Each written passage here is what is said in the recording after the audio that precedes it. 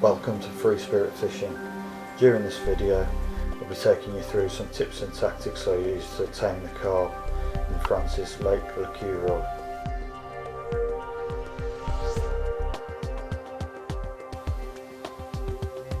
From the first night, absolutely blew us away with our catch results. First fish, half an hour after casting out.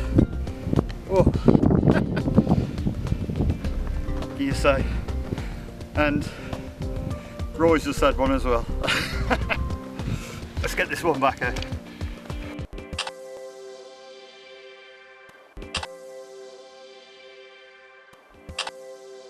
Morning. We got here last night. Like I say, we've had an absolutely crazy night. We've had 6 fish, Roy and myself. I've had 4, Roy's had a couple. We've had fish to 44 pound 8, 2 40s, 4 30s. You know, we could go home now happy, to be honest, but it's been absolutely crazy. We're absolutely shattered. Last fish we had was not long ago, to be honest, but yeah, it's absolutely brilliant. 44 pound 8, biggest so far. The 4th fish, and we haven't even been here. We've been here 12 hours yet. Look at that. And I'll tell you what, fought like a demon. I thought it was a cat. Gonna get it back, I'm knackered.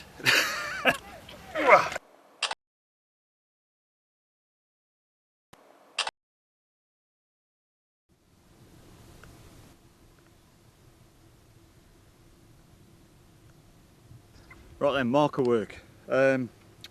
Basically how a marker float works is you got a float, obviously attached to the bottom. I don't teach people to suck eggs, but there's quite a few people who don't realise how they work.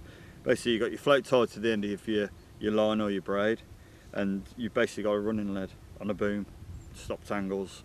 Very, very simple. Obviously your float wants to rise, so you let line out via, you got markers there and there, so that's 1 foot, that's 2 foot.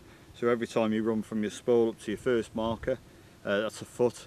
So with your float being buoyant and wanting to rise, that's naturally going to rise up off the bottom, and that's how you measure your depth. It's very, very simple, but very effective and on the right waters and finding spots, and also gives you a marker to cast to or to spomb to. So I'll get this out and find a nice little clear area, nice little firm patch.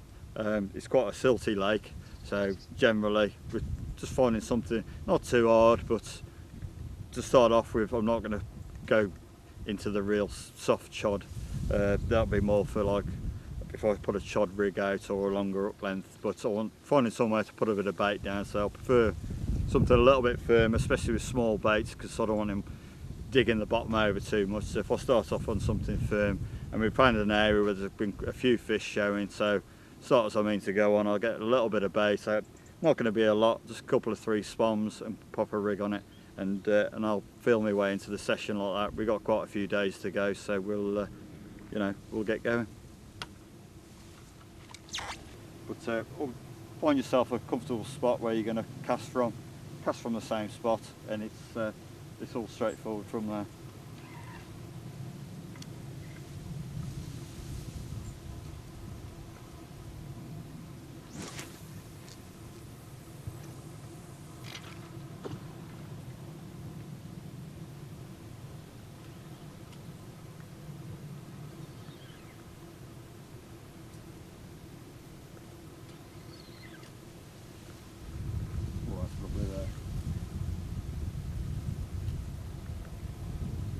Basically what I've done, tighten the line up, I'm just loosening the cut shop a bit, got the first marker there, line's nice and tight and straight to the float, and basically 1, 2, 3 and so on until the float comes up.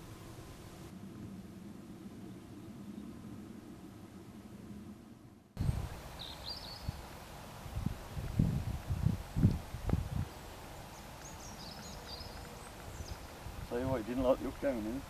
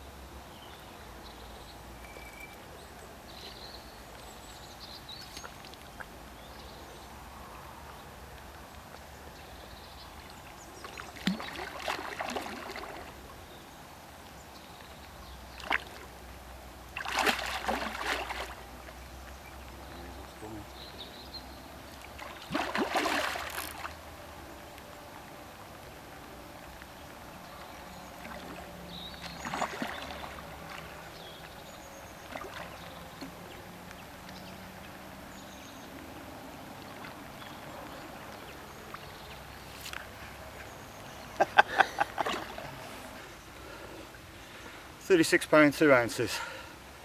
Just had this off a margin spot. Oh, a little patch of trigger. Cracking. And you just watch me play this one in. Oh, two stunning fish.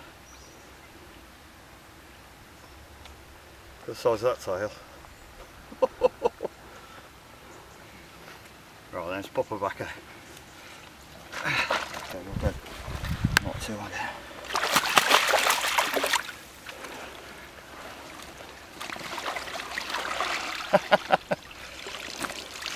Stay to that. I watched the lake last night and trying to find out, you know, if there's any patrol routes and that type of thing. And what we're going to, you know, there's quite a few fish boshing behind me last night. There's a little bay round the back. I might even have a go in there later on. Maybe do a bit of sneaky fishing or something like that. But to be honest, as the day's gone on, it seems the fish seems to drift out in the lake. And at the moment, a couple of fish have been rolling a bit further out over the other side. So we'll see how the pressure affects the fish and what we're catching. And we're going to get a bit of bait out now, to be honest. And because last night I was just popping stringers out, tying little traps, almost trying to let the fish tell me what they want. And you know, just generally I'm just going to feed to me bites, because a lot of people come over to France and think, oh, big fish, fill it in, and then end up waiting 3 days for the fish to start getting their heads down. And you know, like I'm feeding literally a couple of handfuls of chops, a few old boilers in, small baits, and just enough for a bite.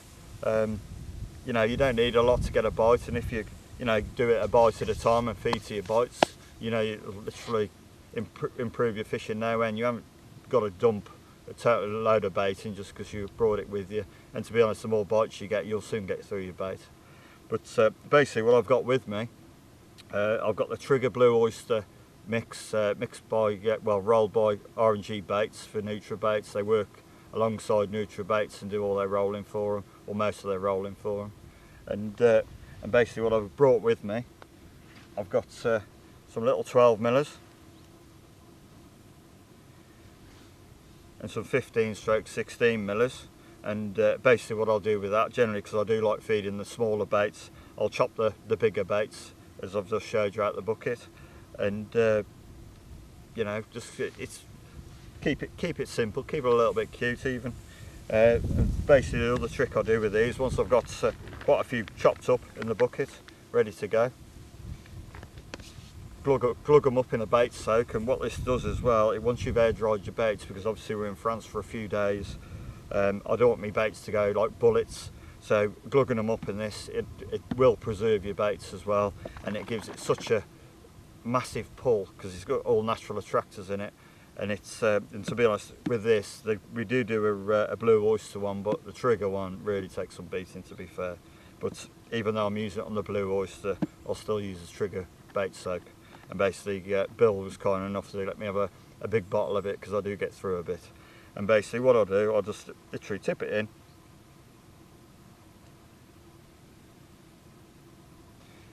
and then basically it's ready to go.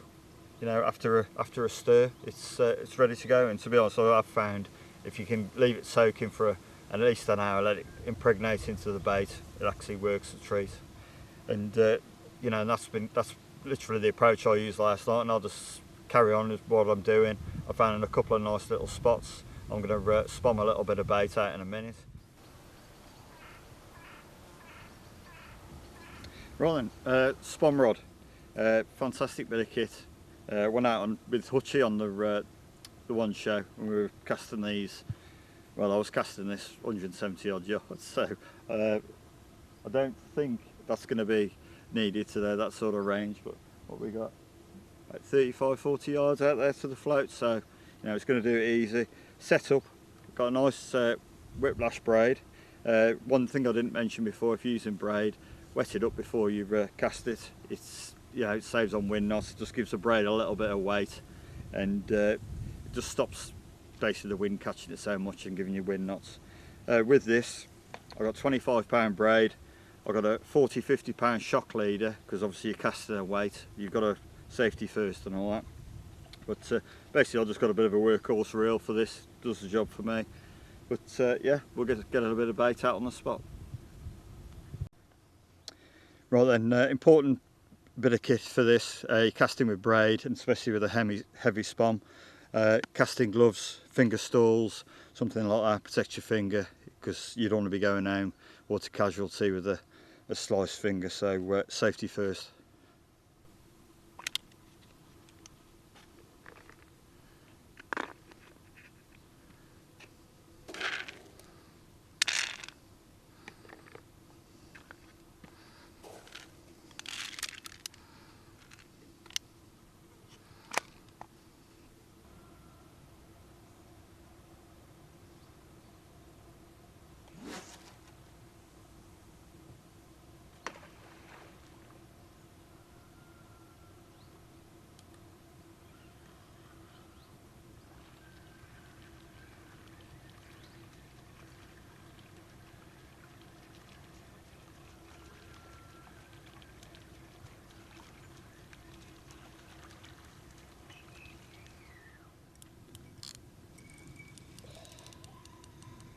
Where's he going?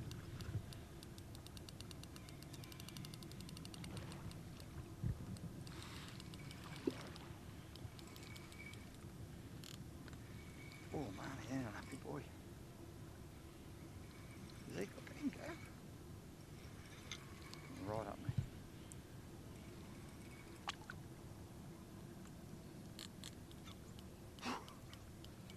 Like Jaws.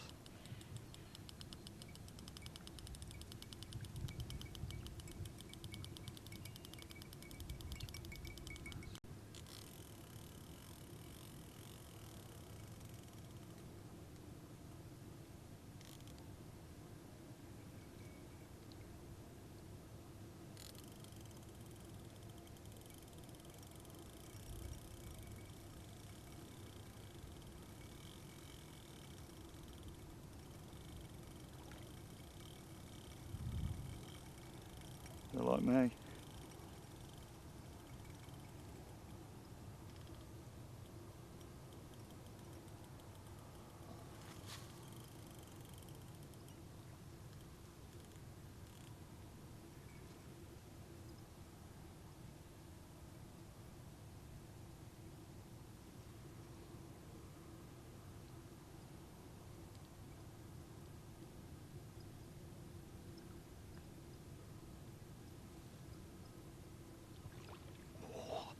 That's a chunk, that is.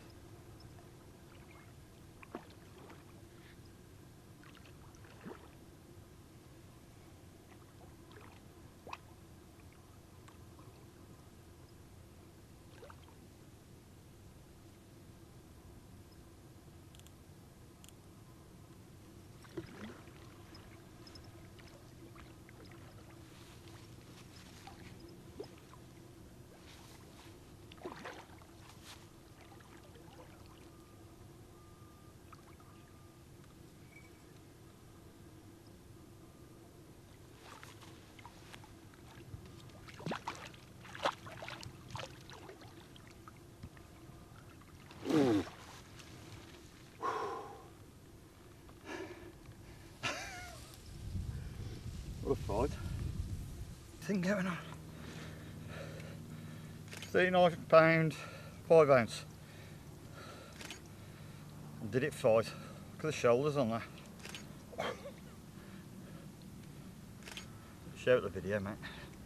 Look at that.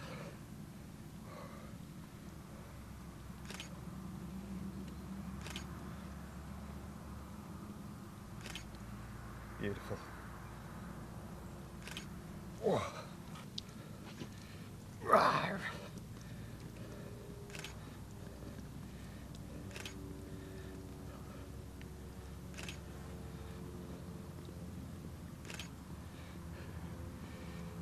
On the trigger yet again.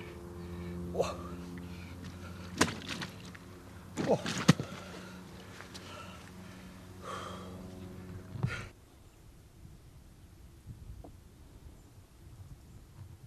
Right then, I've got the highest ives, 12 foot. Going to cast this out, and basically a little tip for casting. I've seen it many times on the bank, people just casting out and then it splashed straight in the water.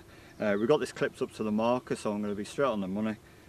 Basically just behind the marker, because you get a bit of a drop, and basically the further out, to be honest, the further out you fish, you got less of an arc, so the further you have to fish back. But if you're fishing quite close and it's deep, you've just got to remember it's going to drop in an arc. But just before you rig it to the water, stop it with your finger, and you'll get it running down through the water nicely, tangle free. And the other good thing with that, you can feel it if you get a nice donk on the bottom, if that's what you're fishing over. If you're looking for a gravel bar or something like that, you get to feel what it's actually landed in.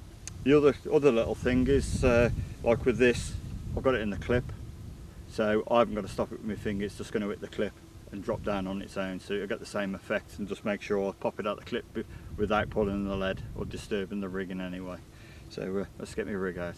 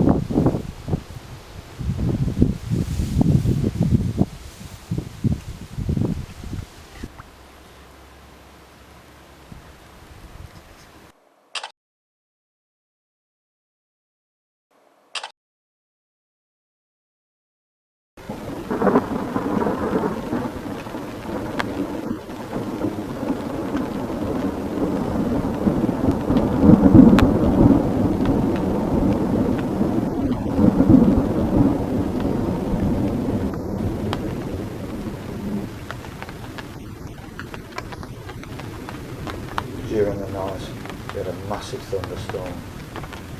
Didn't dampen our spirits though, because the captures kept coming and coming.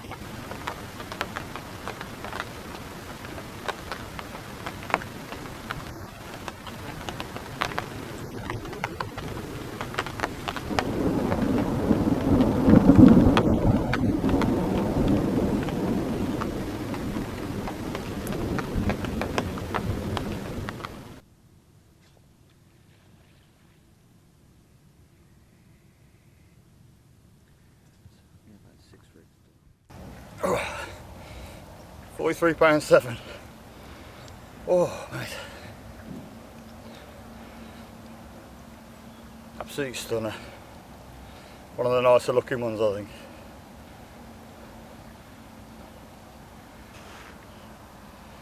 Let's get her back. New PB for me, £44.10. Caught on the Vardish gear. Well done, mate. I'm making there. Just had this one, £39.10. Bit of an angry fish. Fought like a trooper by the net. Didn't like coming out of the water, so I got it straight back. Cracking.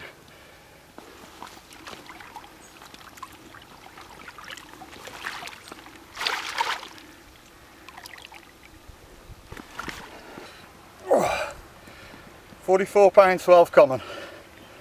Oh, the Queroy. Oh, what a place. Look at the size of that. Absolutely mint. Right then, little tip for you. Catching a lot of fish, as we've been doing on this session, it's you know, really gives your tackle some stick, especially your line. And so, you know, like that's some line I've stripped off my rod every day or so, or whenever needed. If it's like cheese grated up at all, just check over your line and strip a bit off if needed, because catching big fish, it's taking the stretch out your line, it's weakening it all the time. So especially the last part where you come to netting the fish. So you know, basically keep an eye on that. And another little thing, I generally redo my knots probably every other day or every day. If well, if I have to strip a little bit of line off, I redo them anyway. But as you can see from that part there, you know, they've really had some stick, my line has. So just keep an eye on that. It's not worth losing a fish over. So you know, just keep an eye on it.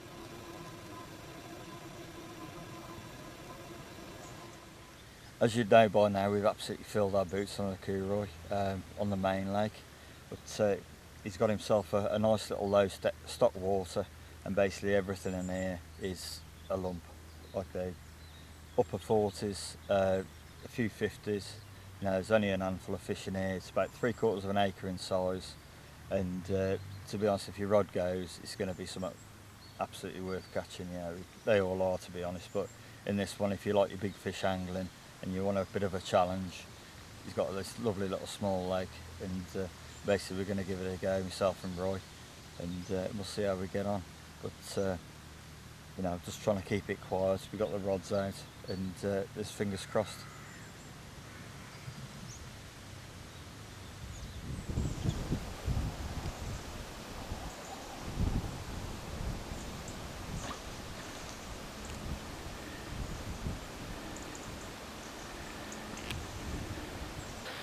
New PB again, £56, 11 ounce. Stalk from the margins, all caught on Vardish gear. Absolutely awesome. And this is the Queroy. What a place to come fishing. Stunning fish. So heavy. I'm gonna have to put him back.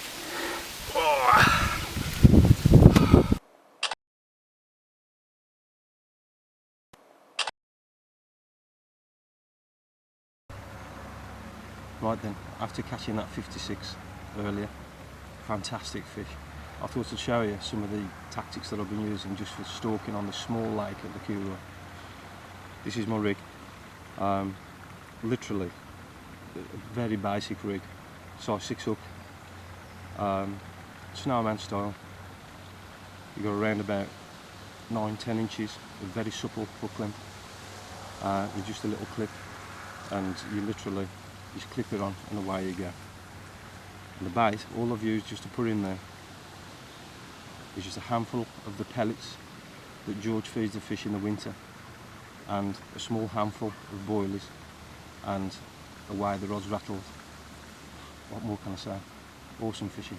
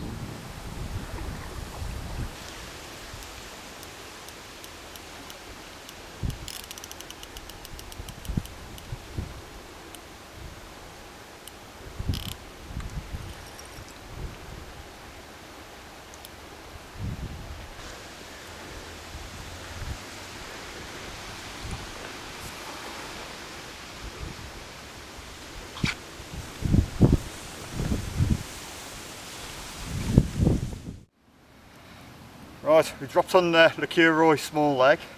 It's only an acre and a bit. Roy's had a monster, and I've just had this 48, absolute stunner. Look at the size of that tail. Right, good 10-minute battle, and what a chunk. Oh man, fantastic mate. Let's get it back.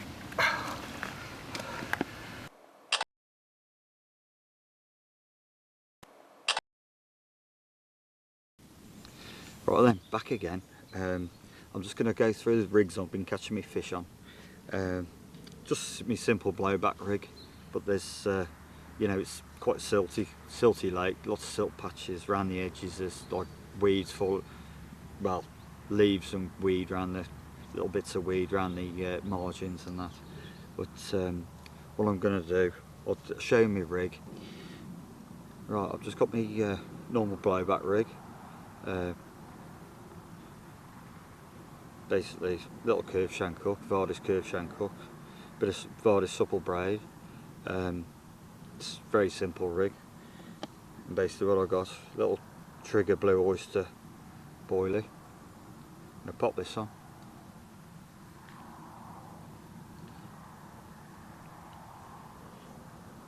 Nice little sight bait on the top. Just a little red one at the moment.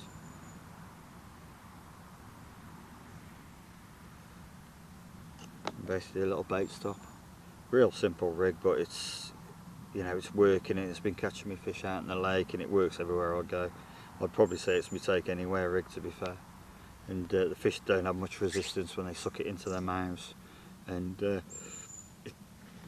basically there was a fish just rolled in, and basically it sits down on the soft lake bed like that, nothing stiff to stick up, and then whichever direction a fish comes from, whether it's that side, there's basically rope for it to hang itself to get it into its mouth, and I think it acts more like a free bait than any other rig.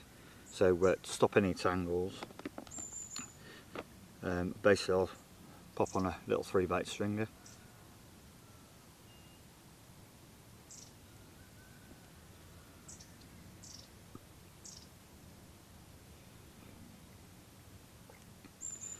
Pop on a little 3-bait stringer like so. Make sure you pull the hook between 2 of the baits, and basically it hangs like that. And it's you know, you can cast that anywhere. You can drop it in a baiting spoon. We're going to use a baiting spoon to bait this little spot, keep it nice and quiet. Get a tiny little bit of bait around my rig, because I can tuck it in towards the end of on the far margin, like it's only 15 yards across this little bay is, so it's when I do hook a fish, it's going to be a bit of a hook and hold, and quite exciting stuff if it goes. So wish me all the luck. And to be honest, the fish that we've heard boshing up here in the night, they seem to be good lumps up here. So we'll get this set up and popped in the spoon, and we'll await results.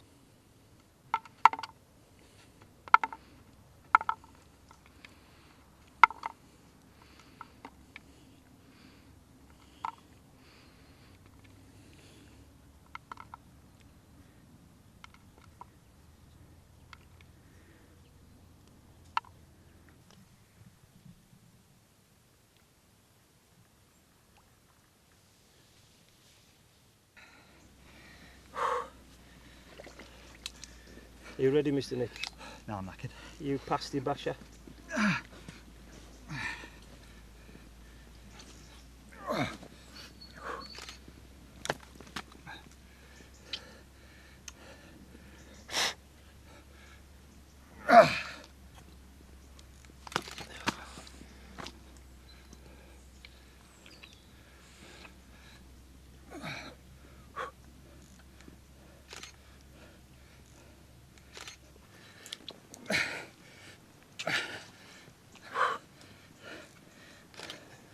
£50, 2 ounce on the blue oyster trigger, or trigger blue. Whoa. Had a little leg.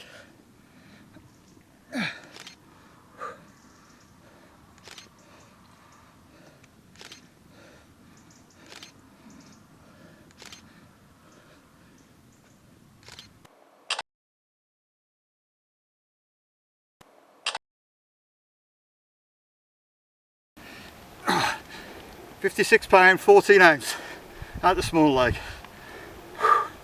Just took some pics, I'm going to get it back. Woo.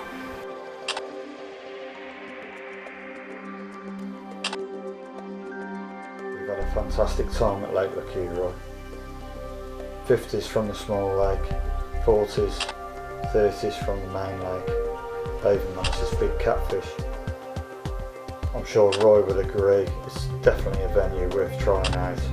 Roy broke his PB now less than 5 times while there.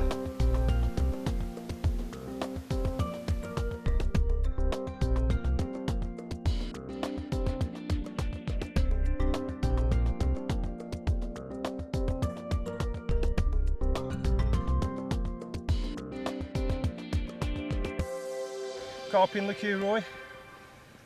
Lovely fish like this. Come on, have a go. Stunning. Come back.